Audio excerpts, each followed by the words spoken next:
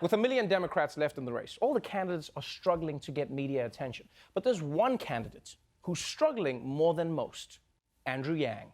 Andrew Yang, he has not been a media darling. He hasn't gotten a ton of press and coverage. Andrew Yang, who's got a huge following online, but not necessarily in the broader television electorate. Andrew Yang, he's getting ignored for some weird reason. Andrew Yang was the person that spoke the least during last night's debate. He didn't even get a question for the first 30 minutes of the debate, and then he ended up speaking just 6 minutes and 53 seconds overall.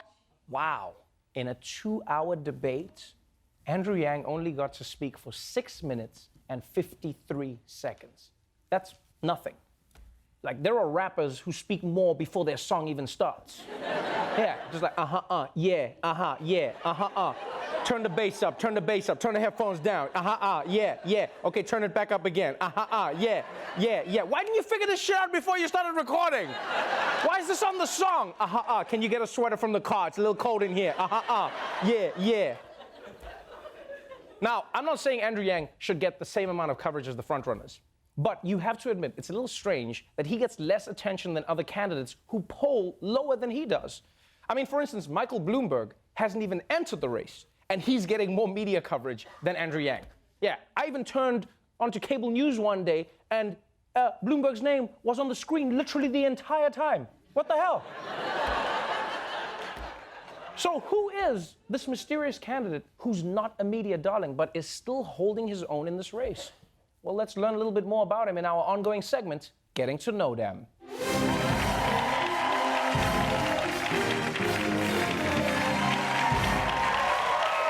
So, who is Andrew Yang?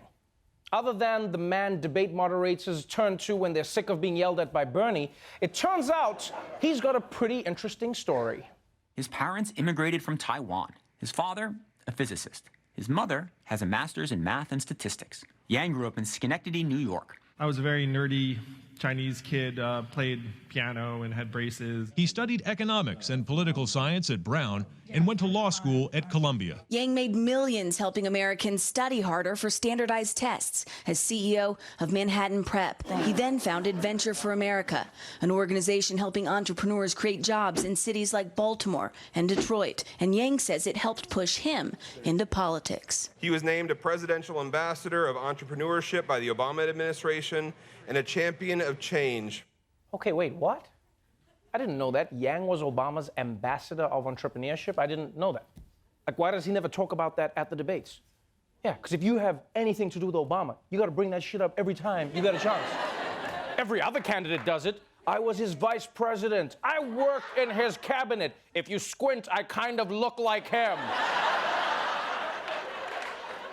So Andrew Yang is a lawyer who made millions of dollars as an entrepreneur. But what got his presidential campaign noticed was not how much money he has, but how much money he was willing to give away. He announced in 2017 that barely moved the needle. Then he went on the Joe Rogan Experience in February of 2019. He talked about his universal basic income plan, which will give every American citizen $1,000 a month. And suddenly the mentions of him skyrocketed. Tonight, free money for every American adult for every month, no strings attached. Presidential candidate Andrew Yang's big idea, give every American adult $1,000 a month. If you've heard anything about me and my campaign, you've heard something like this. There's an Asian man running for president who wants to give everyone $1,000 a month. Yes, when Andrew Yang started running for president, no one cared. But then, when they found out he was going to give out free money, all of a sudden everyone knew his name. And that's the magic of money. It brings people out of the woodwork. Yeah, everyone. Yeah, you win the lottery, you'll get family you didn't know existed. In fact, next time there's an earthquake emergency, right, the personnel should just walk around the rubble like, I'm giving away free cash. People will dig themselves out of the rubble like, did someone say free cash?